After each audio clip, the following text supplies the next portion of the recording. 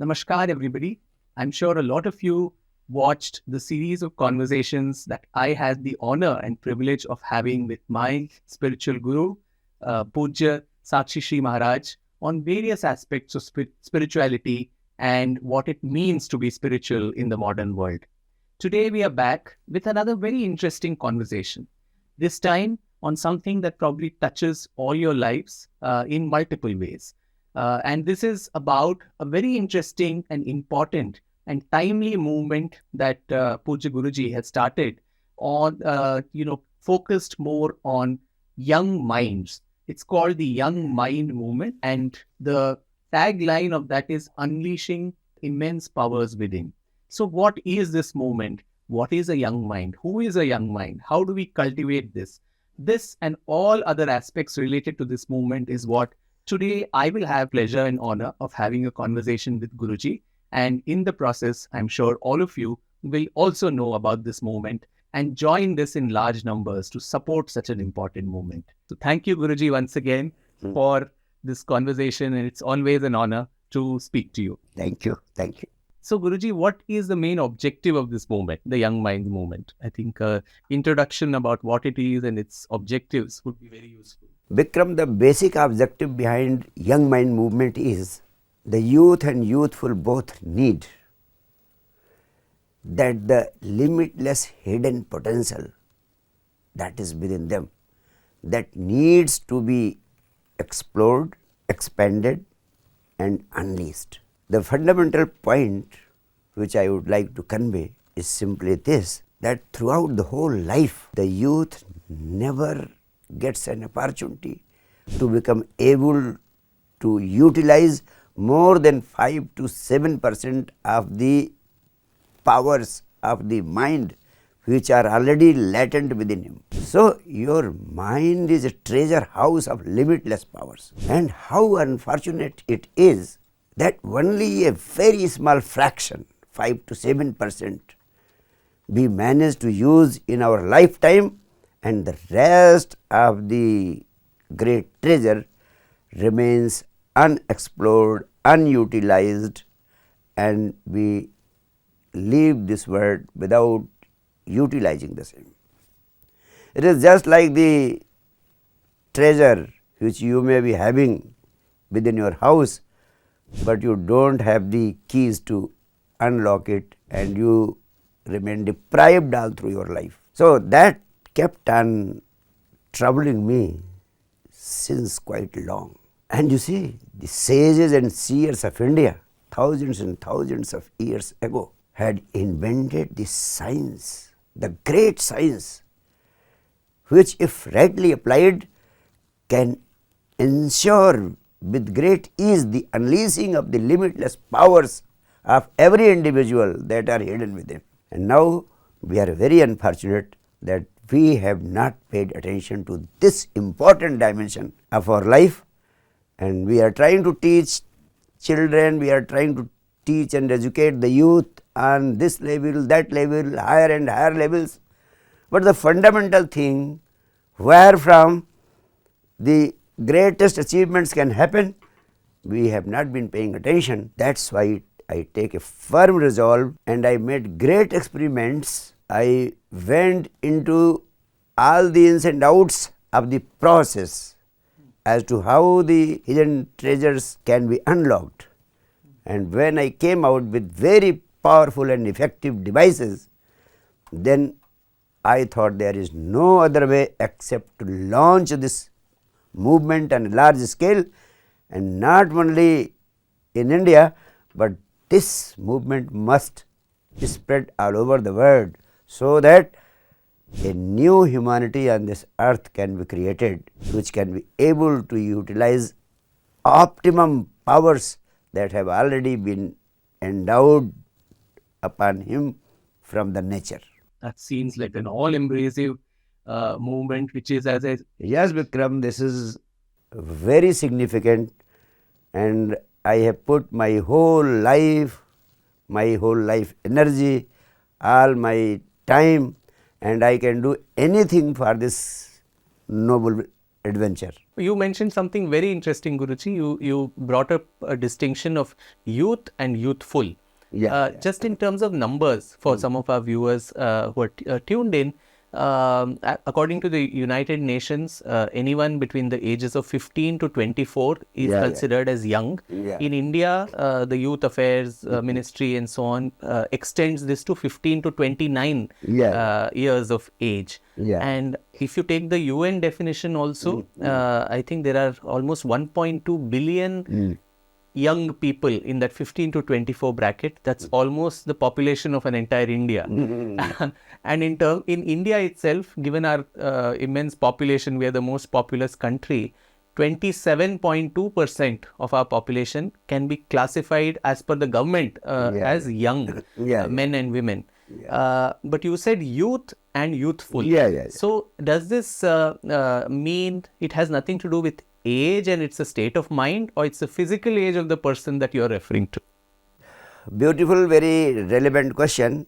I would like to suggest that all these definitions, whether India is defining it or the UN is defining it, these definitions are very much limited.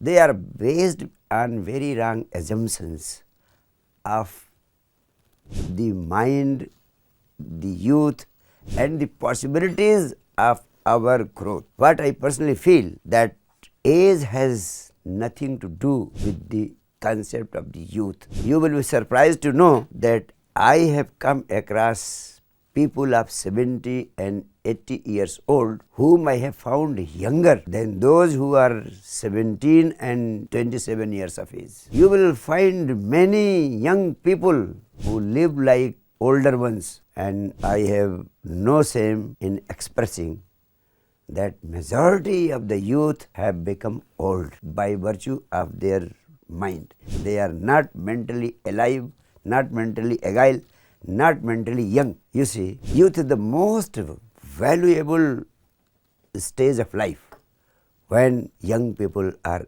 at the peak of their energy. This opportunity can be utilized in unleashing the hidden treasures, but most of the young people realize it only when they have missed it, and then nothing happens. That is why I launched this young mind movement. But at the same time, there are many more men who have got such youthfulness that they are flexible enough to do anything for unleashing their limitless treasures. So they should not be deprived of this opportunity. That is why I tell you, young mind movement has nothing to do with the age of the individual. If the individual is flexible enough with the eagerness to learn and go deeper and deeper to enhance his powers, to enhance his energies, and to unlock the treasures which are hidden within him, then he should be provided this opportunity. That is why this young mind movement, it is for all those who are young. No doubt they are in more privileged position than those who are old, but then there are youthful people of any age who can play a role of a young mind and who can ensure the unleashing of their limitless powers in much bigger way than even the youth. So they are also welcome, and I want to convert the whole humanity of the present times into young minds.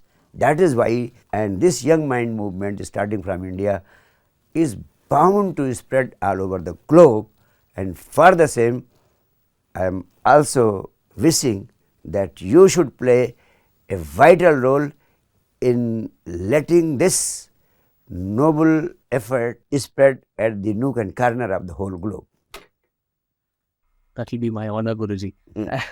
I'm happy to know, as I'm sure many of the viewers too, that even I'll be eligible to be a young mind, not restricted by my age. I would have thought, oh, I've crossed the bus of 29 years. But yeah, being youthful. Your youthfulness was the only factor that attracted me to invite you for this discussion. Thank you. Guruji. Thank you. Guruji, now I think we should dwell a little into what are the different features of a young mind. I think one of the important, feature of youth, as I understand, is this restlessness, this thing of an effort to always challenge the status quo, not accept what is stagnant. Right from the times of Gautam Buddha and others, a power of rebellion, going against authority. That authority could be anybody, your parent, your teacher, or somebody trying to put rules against you. So is the power of rebellion an important feature of a young mind of any age, and what is its significance according to you? The most fundamental fact about the young generation is that they have been conditioned in such a big way that they don't have any identity of their own. It seems that they have no brains to apply. It seems that they have no inner instincts to work upon. It seems that the way they have been taught from the very childhood, the way they have been conditioned, and whatever they has been put into their computer brains, they are just following the same like a robot. And that is why our young generation is not being creative. That is why the young generation has become blunt. That is why the young generation has not been able to exude that vibrance, that intelligence, and that creativity. What I personally feel, that the first fundamental quality of a young mind should be that he should not be ready to accept what does not seem to be right. He should be courageous enough to drop the path that has proved wrong according to his experience, and at the same time he should have the courage to walk on the path which seems to be right according to his own experience. But today majority of the youth are afraid of dropping the path on which their father or forefathers have been treading. They are not in position to say no to something which has already proved to be wrong, and they are holding on to it just because the society is doing the same, just because the family is doing the same, just because the nation is doing this, just because others are doing the same, they feel compelled to follow the same. If the youth is following and living this lifestyle, it means he has started putting his own possibilities to an end. So the first quality of the young mind must be to be able to rebel against all the wrongs that happen into his life and career, and he must have the strength to revolt against it. Just as you said, had Gautam Buddha continued to follow the traditions and principles and the religions and the ideas which have been taught to him by the society, by the parents, by the teachers, or by the whole environment that had been around him, no Gautam Buddha would have been born. So the first quality is the young mind must be having the courage not to follow the beaten track, but to invent his own path that seems right to him. I think another important feature, another youth icon for the young people and young minds comes from our own civilization, I think, of someone like Adi Shankaracharya, who as a young child left his small village in Kerala, went all over the country. Yes, rejuvenated. Yes, he was 9 years of age, and sometimes intelligence is so sharp that even at the age of 9, and one can think of life and the world as it is 100 years, 500 years, or 1000 years ahead. But even those who do not even dare to take decisions based on their own instinct and own calculations, and if they continue to remain conditioned and to live like a robot, it is a grace to the individual. himself. What happens? That a number of things have been forced upon the child from the early childhood, and it becomes impossible. Psychologically also the child is trapped. So it is not everything that depends on the child only, because once you have castrated him by forcing so many things from early childhood, and it is said, the psychologists say, that by 7 years the total education of the child gets almost complete. Whatever he had to learn, he learns through several ways. Once you have already filled him with the concepts of bigotry, with the concepts of narrow mindedness, caste, creed, religion, all this nonsense which have proved curse for humanity since times immemorial. So you have created a robot. So even the society has got to be awakened that such conditioning is not warranted. Let child is a flower. Let him bloom. Let him grow to be himself, rather than trying to make him Hindu, Muslim, Christian, Marxist, communist or capitalist. Let his own seed grow and flower into his own being. The ultimate flowering should be of the individual himself. That is why Lord Krishna says, Swadharme nidhanam shreya. Swadharma does not mean Hindu dharma or Christianity or Islam. Swadharma simply means the seed with which one is born, and the qualities and traits, the intrinsic nature that comes with the growing seed. That is the Swadharma of that individual.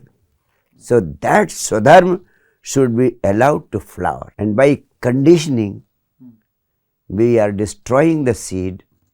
We are destroying the possibilities of the seed growing into a plant, destroying the seed for the possibility of its ultimate flowering. So a great movement for unconditioning is also to be launched, which is a part of the young mind movement, and in which support, consensus and acceptance of the whole society is needed.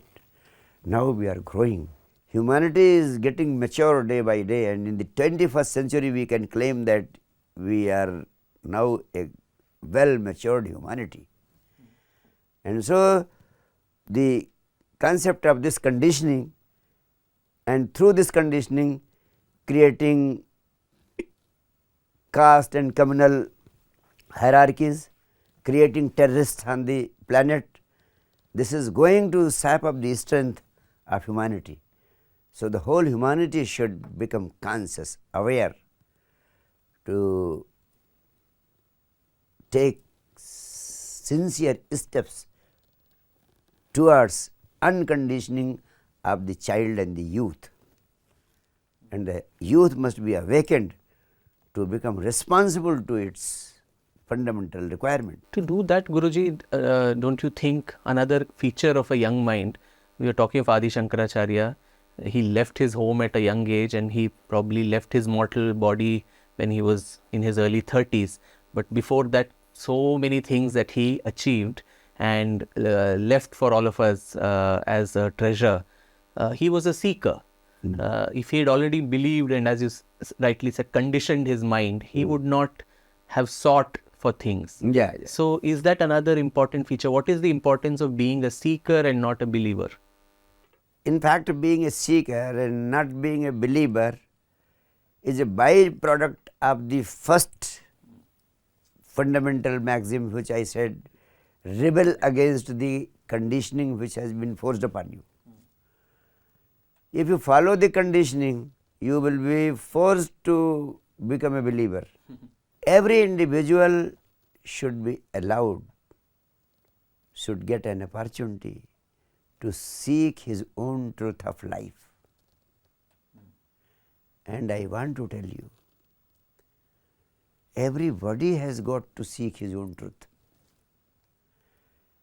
And truth of every individual is hidden inside. Truth about your own self can be gained and gathered from within you only, not from outside. Right? And who else can get it for you? Your truth, your intrinsic nature. Who can give it? Only you will have to do it. And I have to tell you that this intrinsic truth can be gained only by moving your energy inside, inward. If inward movement of energy is not there, you will not be able to explore yourself. There is only one way, there is only one path, only one device invented so far on this planet. If you want to explore yourself, if you want to explore your being, if you want to explore the truth of your life, if you want to explore the truth of your intrinsic nature, if you want to connect yourself to the original source of your being, you will have to turn your energies inward. Nothing else and no other device can ever be useful. I am telling you the essence, the crux of all the science of spirituality developed so far on this planet by Hindus, Jains, Christians, Buddhists, everywhere. I am telling you the crux. So, any sensible scientific approach is to ensure that the youth turns inward to find one's truth, and the truth of every individual is separate from the other. Every individual is meant only to grow his own seed and take it into flowering. And if every individual can do that, this whole humanity can experience the peak of consciousness just within 20 to 25 years. And this is something which I want to encourage through the young mind movement. And secondly, I have to say that once you start believing as a part of your childhood conditioning, what happens? Any possibility of your own personal discovery is destroyed. Since you have started believing that God is there, since you have started believing that only my book contains the solutions to all the problems of this life and this world, then all your talents will become limited and you will never be able to explore your own hidden treasures.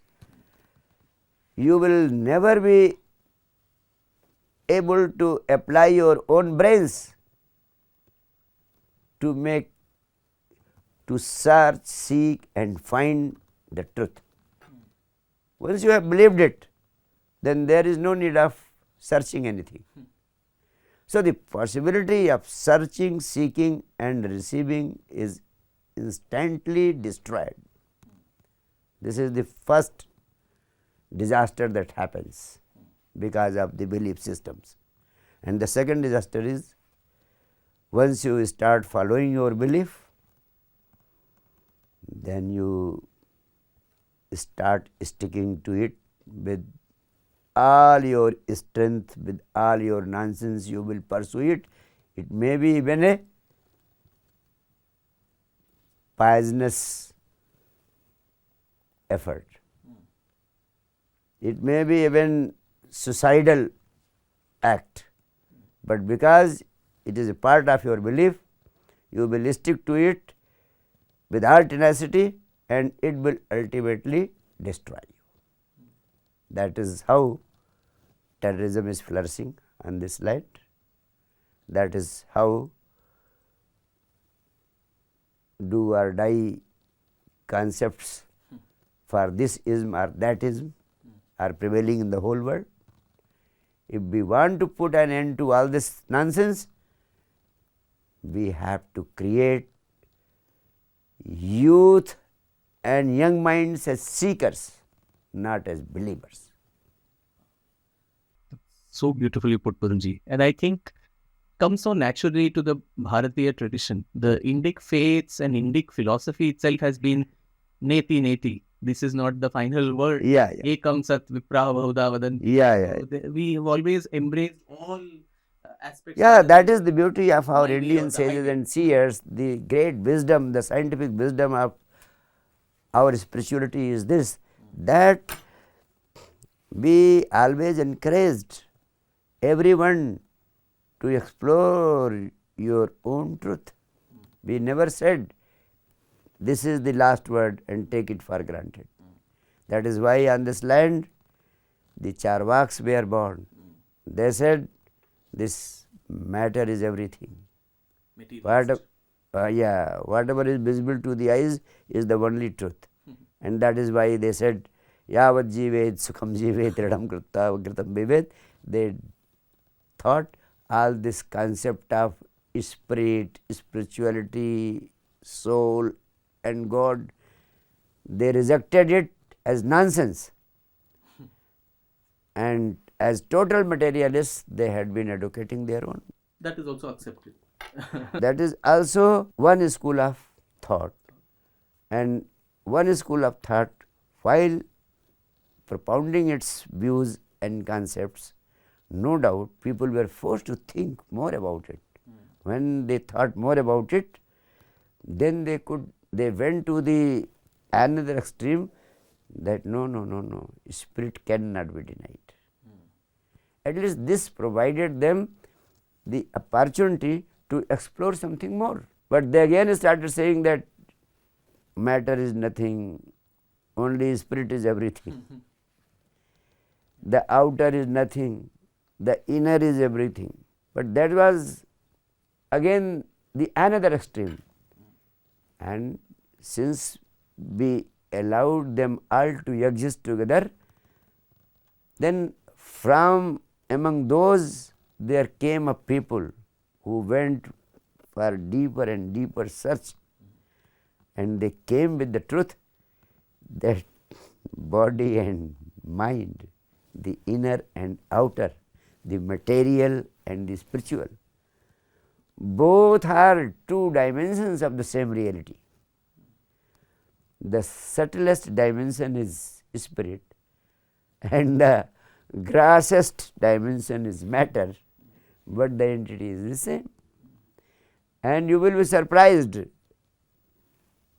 this Albert Einstein, the greatest scientist of the century, he discovered this truth that everything in this universe is only energy, and even matter is nothing but energy in its condensed form. The most condensed form of energy is matter, and then the subtlest form is spirit, energy, electricity, whatever you call. So, my conclusion is, young minds must embrace both the dimensions of the reality, the inner and the outer, the material and the spiritual.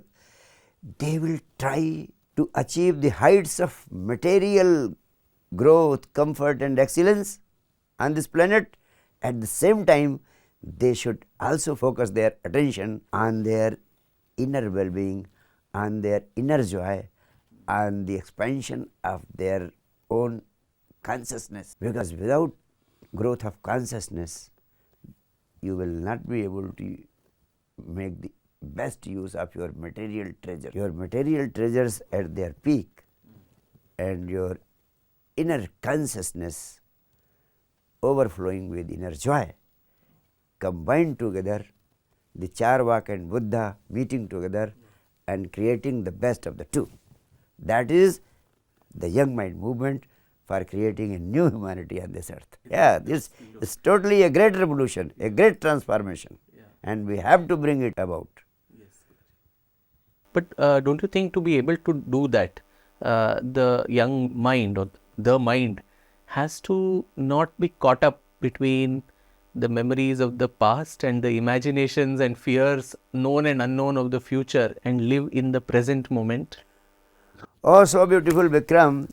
Uh, you have really attracted my heart. I want to tell you something very important at this point. Old men are always thinking of their past. They are involved in their past memories. How beautiful was my childhood. How beautiful were the days of my youth, and all the facilities and joys they enjoyed in their youth, everything. They are always singing songs of the past. This is general tendency I found in all older people. And I have very closely watched the children. Small children are always trying to grow old.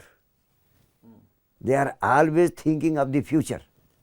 They are totally involved in the imaginations of the future. But the young mind which I want to take birth in this century, I want that young mind to die to the past and to die to the future and learn the art of living in the present moment. If you can live in the present moment without any care for the past and without any worries of the future, you will truly grow young.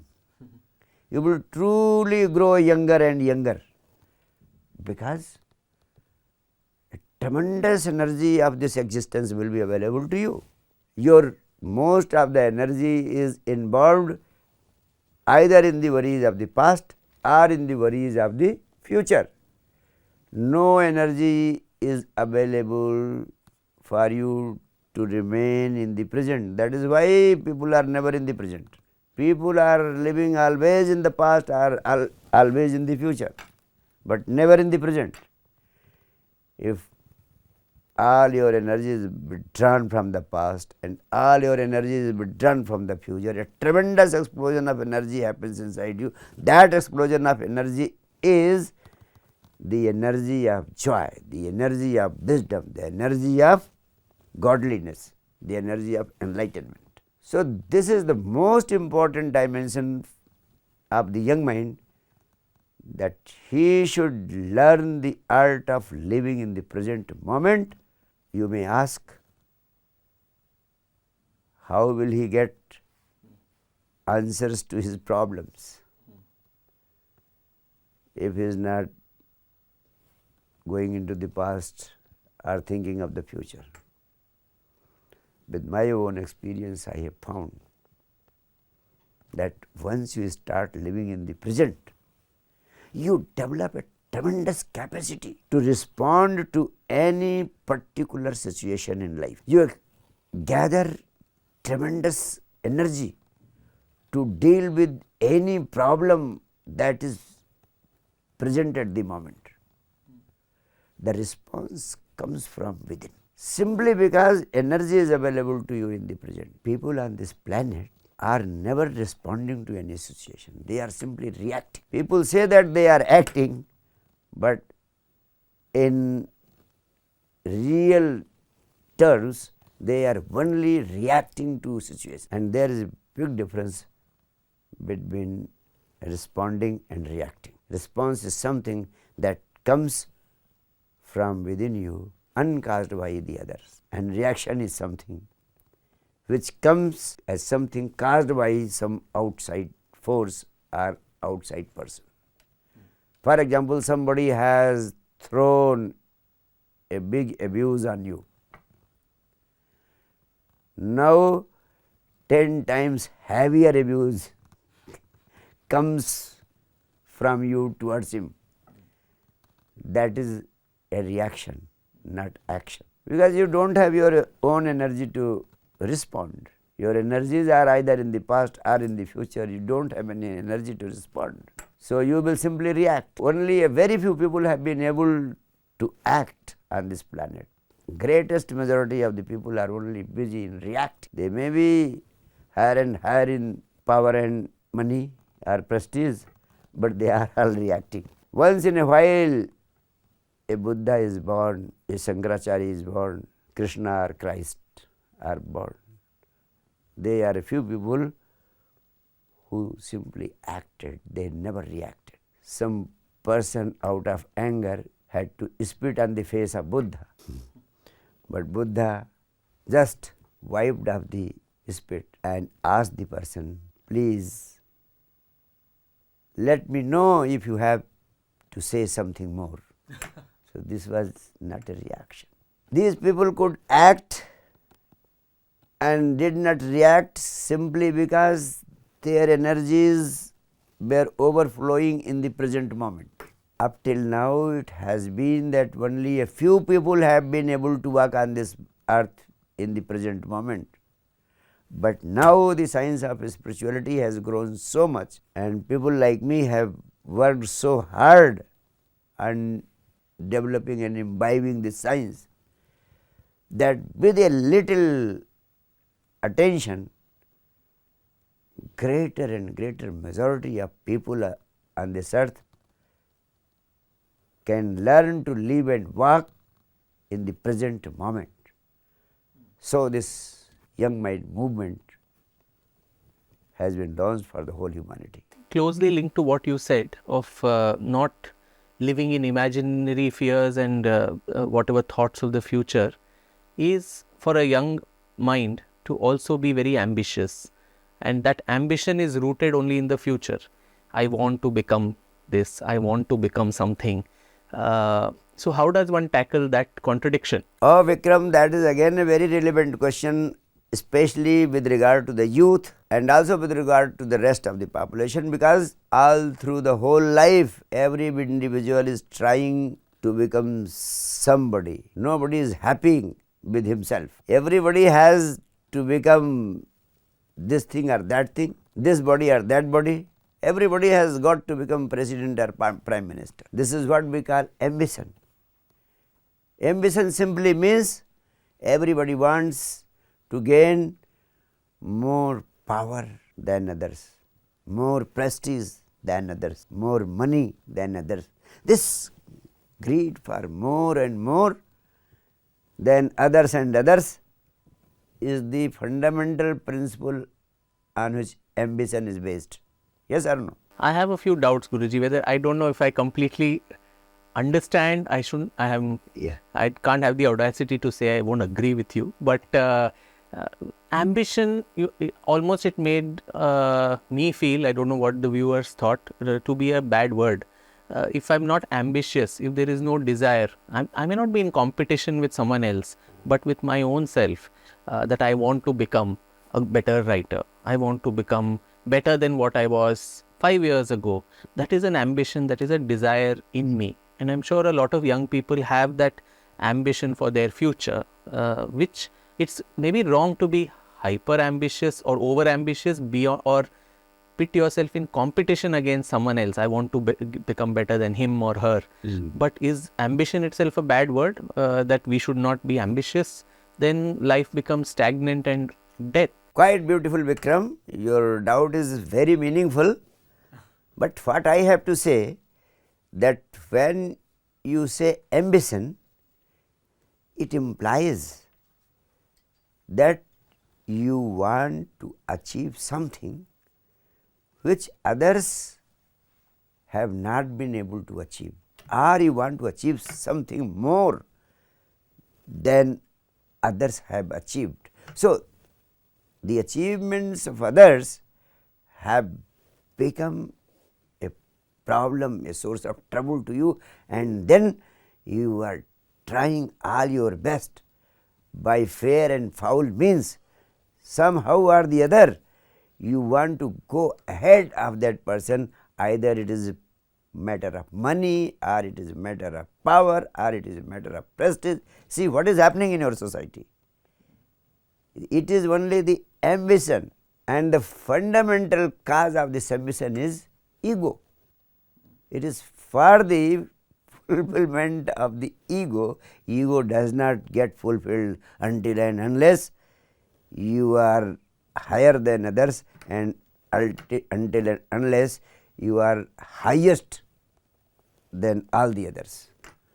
So, there is no end to the ambition, because reaching at the highest level in any dimension is possible only for one, and even if you reach at the highest level, that too only one can reach. The rest of the 99.9% people, they will be suffering from the fever of inferiority. This will become poisonous for their growth. This will create poison in their minds, and it will kill them. It will kill their souls. It will kill their mind, heart, emotion, and they will also develop physiological diseases, mental diseases. You see, anxiety and depression are the byproducts of this disease only. If you simply think of getting better and better in the work you do, in the work you love, then the work itself becomes your joy. You are a poet, you are a historian. As a historian, you are trying to explore the facts of history. You are trying to make analysis of the facts and principles which have been governing the forces of historical development, and you are trying to reach more and more enlightening conclusions. The more and more you grow, the more and more work you develop, you start feeling some more and more inner satisfaction, inner joy, because you are growing, you are doing something worthwhile. So, if you progress in your work against what you had been up till now, tomorrow you will be something much more, and then in coming days you will be many times more, and this growth will not create any disturbance inside you. It will not create any inferiority in you. It will not create any tension and turmoil in you. Any tension and turmoil, any anxiety and depression is created only when you compare that the others are getting this, others are getting that, and I am not getting this, I am not getting that. Why? I am feeling deprived. Then anxiety and depression is caused. So, ambition always implies that the fever of comparison is there. It also implies that your interest is not in following your passion.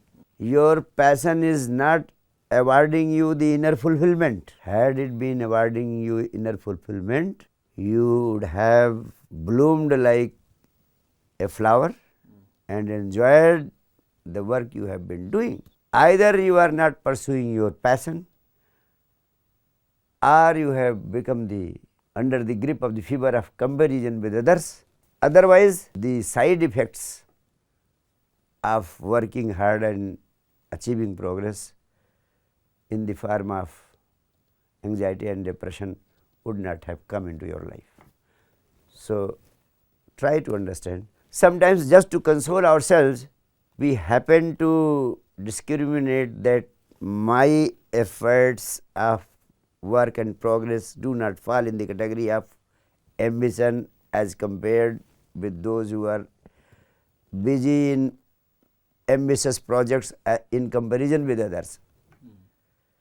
Whereas truly we are doing the same inherently. If you closely watch, you will find that the comparisons must always be there, or the fundamental thing which happened to you, your love, you are not doing that. Suppose you have fallen in love with your spouse and you are enjoying all the beauties that love can offer. Will you like to compare it with anyone else? I can say you will feel quite satisfied, fulfilled, and you will like to let this love grow more and more without any anxiety and depression.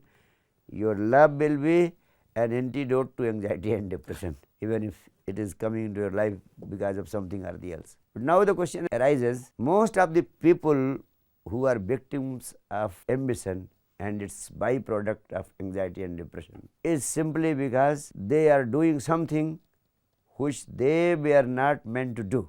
A person who could be an excellent doctor is taking rounds in the corridors of district court as a liar. He will never succeed as a liar, and he will never receive any fulfillment as a liar. For extraordinary success in a specific field and for extraordinary fulfillment in that field, one thing is required, that whatever you do must be your love, and majority of the people are doing that thing which is not their love at all. Most of the young minds, they have been put into jobs which had not been their choice, but it had been the force and pressure either of their parents or of the teachers or of the society or of the trend, because of the financial requirements, that they are doing the job which they were not meant to do.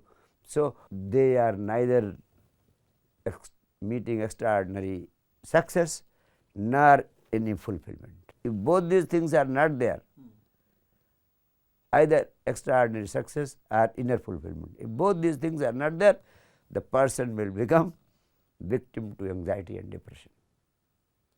And and then it is most important for the young minds first to identify what is there, and all the educational institutions are under an obligation to help the young minds to be able to find out their passion. This is the most important part of the educational institution, which no educational institution is doing all over the world. And these young minds, these poor fellows, are falling victim to the exigency of the situation. Whatever comes to their hands because of this or that, they have to do it, and they all are totally destroyed, dilapidated in their lives. Don't you think closely linked to this is also the connection between your intelligence and your creativity? You see, that comes next. The first thing is how to find out the passion. When Lord Krishna says Swadharmene Dhanam Shreya, how to find out the passion, how to find out the love that one would like to do. The first thing is certain, that somebody is born only to flower and bloom to the optimum. If there is rose flower, the only aim of rose flower is to bloom to the fullest as a rose flower. But if the rose flower wants to become a lotus, what will happen? Number one, it will never be able to become a lotus. Yes or no? And the second thing is, its possibility of growing into a blooming flower will also be destroyed. It will remain sad that I have not become the lotus. And it will be sad that I have not even bloomed like a full blown rose. So, what will be the result? Anxiety and depression. The flower will die of anxiety and depression. How should young minds be motivated to find their love, to find their passion? That was a question which a little back asked from a student in a seminar. And I would like to tell all the young minds watching this, the only reason because we have to pursue some other thing than our love, than our passion, is that there are attractions of money, power and prestige in other fields, not in the field which is my passion. But again the question arises, how to know, how to find my own passion? My experience says that if you once decide that you have got plenty of money and everything that money can buy, then what will you like to? Suppose as a young boy, you have got multi-millions, multi-billions at your disposal, and now there is no need to earn money, and you have not to earn money, this is certain. Now what will you like to do? How will you like to spend your time? Think of it and start doing something. Whatever will come to your mind about doing in that situation, that will certainly be your passion. Yes or no?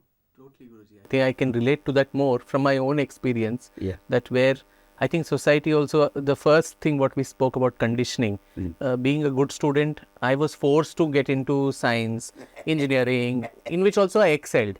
But my heart's desire All was, those things bent futile.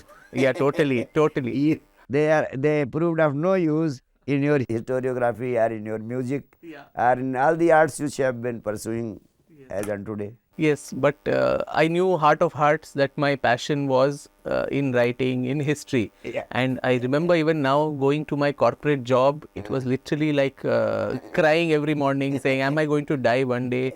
Calculating profit and loss of some American company. So Wonderful. That's a good. Your own personal experience has given a good message to the audience. so that courage also should come from within, that it's a risk taking. You had the courage to take the risk. Otherwise, there are very many others who keep meeting me and they get destroyed simply because they don't dare to venture on a field which is unknown to them, like historiography, like music, like other arts in which you have been involved.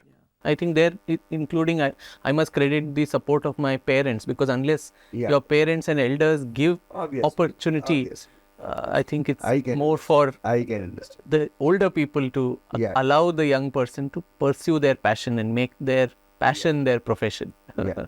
So once they come there, I think what we spoke earlier about this clash between intelligence and creativity, the right brain, left brain combination, that is usually always a conflict.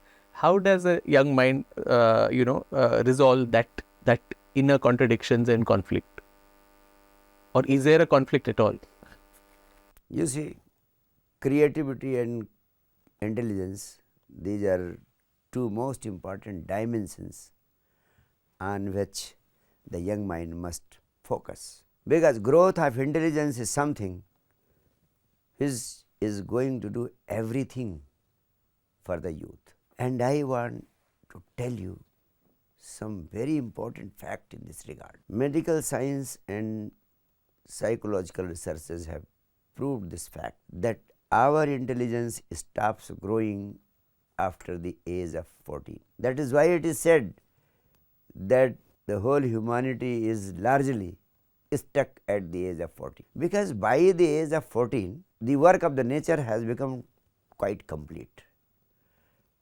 Now the person becomes capable of creating and reproducing. So the function of the nature is complete. Now you can produce at the age of 14, produce and reproduce children. Now you become capable of satisfying your fundamental natural needs like sex, food and maintenance of family. If you are interested only in this much, then no more intelligence is required. Up to 14, the nature has helped you to grow it, and with that much of intelligence you can continue doing all these things throughout your life. And that is what people are doing. Sex, food, maintenance of family, which all the animals are also doing. All the humans are also doing the same thing throughout their lives, and then dying, and then again coming and doing the same thing, repeating again and again the same thing. That is why the enlightened master said, Punarapi jananam, punarapi maranam, punarapi janani jatare sainam, Adi Shankaracharya, about whom you talked a little earlier.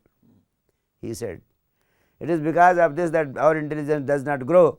We keep on repeating the same cycle. But if your aim and goal of life is to go something beyond, if you are interested in growing your intelligence to the extent of becoming Einstein or Buddha, then you will have to do something to develop your intelligence, something more than the nature has been able to do. And for doing that, up till now,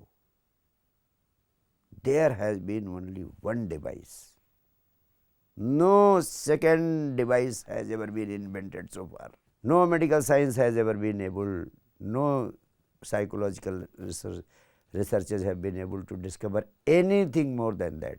And that is, you will have to turn your energy inward and go for practicing meditation. Meditation is the only device for reaching the heights and peaks of intelligence. And once you practice meditation for reaching the peaks of intelligence, you will find that your intelligence will become uncountable, immeasurable, that cannot be measured. The intelligence of Gautam Buddha cannot be measured, because your energy is engaged in the discoveries of your innermost interiority. The energy is moving inward, and there it is creating explosion of your intelligence. And if you can do that, your intelligence can become as good as the intelligence of this existence, that is infinite. So, for the young minds, as I told you, the basic objective of young mind movement is to unleash the limitless powers hidden within. So, for growth of intelligence, which means unleashing the limitless powers hidden within, the young mind must, without a shadow of doubt, make meditation integrated as a part of his life and living, an essential part of his life and living. And that should be done at the earliest age in life. The earlier, the better, because the possibilities of growth of intelligence are available in greater proportions at the earliest age, when the sex energy has not been used for reproductive purposes. Then the same energy will create another door for upward movement of energy, and that will create the explosion of energy. That is why this young mind movement is extremely important for the emergence of a new humanity on this earth. And then I want to tell you, intelligence is simply the energy of your intellect. When you get identified with your mind, then intellectuality is born. But when you remain unidentified with your mind, then intelligence is born. Try to understand. Intelligence means that your whole being is open to the existence. Intelligence means you can see anything without any prejudice. Intelligence means you can listen to anything without any prejudice, just as you have been listening to me wholeheartedly, trying to understand what Guruji is saying. This is intelligence. Intelligence means that you can be with things without any a priori ideas. Once you are sitting with someone, talking, listening, doing things with your own prejudices, with your own beliefs, then you are neither listening, you are neither seeing, you are not being with the person. Then intellectuality is born, because you are identified with your mind. You are not open. With intellectuality, you cannot discover anything, you cannot invent anything, you cannot explore anything. Intellectuality is required in the outside world. There it is useful, because you can gather information. Intellectuality can be utilized for writing histories, for writing the principles and philosophies of the science, making an analysis of the facts and driving conclusions. No doubt they are of immense help for the outside world. But in the inner world, if you remain identified with the mind, nothing worthwhile can be created. Therefore, the fundamental thing about growth of intelligence is keeping our intellect not identified with the mind. Energy is the same, intellect is the same. If it gets identified with the mind, its purpose gets limited. It can solve limited purpose in the outside world and no purpose in the inner world. If you are not identified with the mind, then even in the outer world you can make explorations, make discoveries, invent things, create science of about anything, but this remaining not identified with the mind, not remaining identified with the intellect is must. That also requires a lot of maturity, isn't it, Guruji? It's so closely associated with that aspect also of a young mind. What do you mean by maturity? Maturity simply means that man has grown from the animals to the state of man, and then from manhood to godliness, and experiencing the state of godliness is the ultimate flowering. And this, what is the essence of this ultimate flowering into godliness? The essence is you again become a child, regaining your innocence. Every child is born innocent, but every child loses his innocence. Yes or no? Yeah, the playfulness of being. Yeah. Loses his playfulness, loses his innocence, and becomes a man, a corrupted man. Right?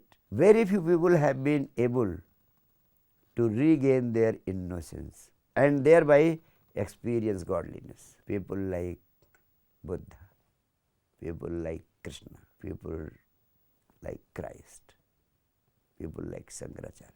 They were born as innocent child, they lost their innocence, lived as a man, as a general human, and then they achieved enlightenment. Enlightenment simply means coming back to regain your innocence of a child. So, for attaining this maturity, only one device is there, that is the flowering of meditation. Only this can lead to you to the state of innocence of a child, which means, in other words, attaining a state of godliness. It is difficult, very difficult, to regain your innocence before losing your innocence. Just as long as you see a fish in the waters, if you ask the fish about the ocean, she says all the talk of ocean is nonsense. I have been trying to understand what is ocean and I have never been able to come to know. Understanding ocean means self-realization. But once the fish is thrown out of the ocean, lying on the sands and bearing the heat of the shore, when the fish is struggling for life, now it understands the value of the ocean. It understands what ocean means. So once you have lost your childhood, now you start desiring for peace, for innocence, for joy, for playfulness. It becomes a target. And when you start getting glimpses of the same through meditation, then you start making an all-out endeavor to regain the same which you have lost, to regain the ocean, to regain the innocence. That is what I mean by maturity. And this maturity, which is possible only through ultimate flowering into meditation, is mandatory for all the young minds. Along with that, how much is an awareness which comes, I think, with the intelligence of what is virtue, what is sin, what is good, what is bad, the discriminatory power of being able to see between the binaries. That also, I think, is a very important component of a Obviously, Vikram, I would like to tell you that awareness is simply a byproduct of meditation. Being in the present. I think all are interlinked to each other. All are interlinked to each other. Intelligence means awareness. The more and more aware you are, the more and more intelligent you become. And when you become totally aware, you become enlightened. Becoming totally aware means by now people are only aware 5 to 10% of their possibility of awareness. It means their consciousness is 93% still in the dark. They can become more and more conscious by practicing awareness. And the fundamental quality of every young mind must be that he should not live like a robot, that he should not do anything of his life in automation. De-automatizing is mandatory because everybody is living a mechanical life. He is eating mechanically, drinking mechanically, producing children mechanically, reaching office mechanically, doing interviews mechanically, walking mechanically. Awareness means whatever you do, that should be done consciously. If you are moving your hand, you must know that the hand is moving. If you are taking a cup of tea, you are enjoying each and every sip of tea with total attention and involvement. Absolute involvement with the act, with consciousness is the only requirement for doing everything consciously. I don't want people to do any extraordinary effort for meditation. Simply do one thing: attach consciousness in all your activity. First, try to do it in 5% activities, because at the moment 100% of your activities of life are being done unconsciously. So, start with 5%. Take up 2-3 activities, such as while in the morning you are taking a cup of tea, make it a point for 5 minutes to drop all thoughts of doing anything. Be with the cup of the tea and the taste of the tea for 5 minutes. Likewise, take 2-3 activities. Another activity you may take while taking a shower. Not asking you to do anything. Whatever you are doing, simply change the quality of that act. While taking a shower, get totally involved with all your energy into taking the shower. Let the shower not only make your body wet, but let each and every single pore of your being feel the impact of water, its coolness. Likewise, you can take a few more activities. For example, you are taking your dinner. While taking dinner, make it a point to be alone and enjoy the dinner with total awareness. Each and every activity while taking the food must be done consciously, and see the quality of your food intake will change. The taste of the food will become 10 times more, and that food will become amrit, because you have attached attention and consciousness to this act. So, your small activities will become meditations. Then no other meditation is required. So, practicing awareness gradually in more and more activities of your life is also a device for the young minds to become more conscious, and that will lead them to ultimate fulfillment in life and to experience the peaks of achievement in their life. It will ensure the unleashing of limitless powers that are hidden within them. They will be able to become truly superhumans living on this planet, and that is my dream for the 21st century man. How wonderful. Thank you, Guruji. I think in this segment, we covered so many aspects of what are the characteristics of the young mind. Yeah. Right from awareness, living in the present, Yeah. intelligence, creativity, Yeah. matter and spirit. And I think, and being rebellious, being charting your own course, not following the beaten track, not being a robot or a mechanical life, Yeah. and the fundamental value of meditation to achieve all of this. Yes, very true. So in summary, this was what I think was the crux of this segment. I think in another segment we should explore what are the challenges, particularly that a lot of those who are conventionally in the young category by age, what we defined in the start of this segment, chronological age. A lot of them have lot of problems, lot of confusions, lot of issues. And I think spirituality and an enlightened master like you is the only person who can show a sense of direction to some of these issues that they face. So maybe that is something we can explore in much detail in the coming segment. Very true. I would love to do that in the next session.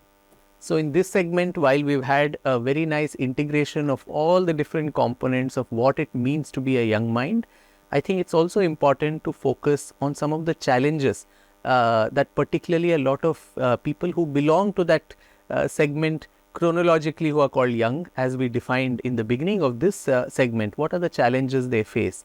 And I think no one better than Sakshi Shree Maharaj, an enlightened master like him, and Indian spirituality to give a sense of direction to many of these souls, young souls, who are probably confused, who are trying to find their way through the maze of life. So in the next segment, we would discuss more with Pujya Guruji about some of these challenges, what they are, and how do you overcome them with the help of spirituality. So thank you, Guruji, for your time and the immense knowledge that you have bestowed on all of us. Thank you. Thank you, Guruji. Thank you for your time. Thank you.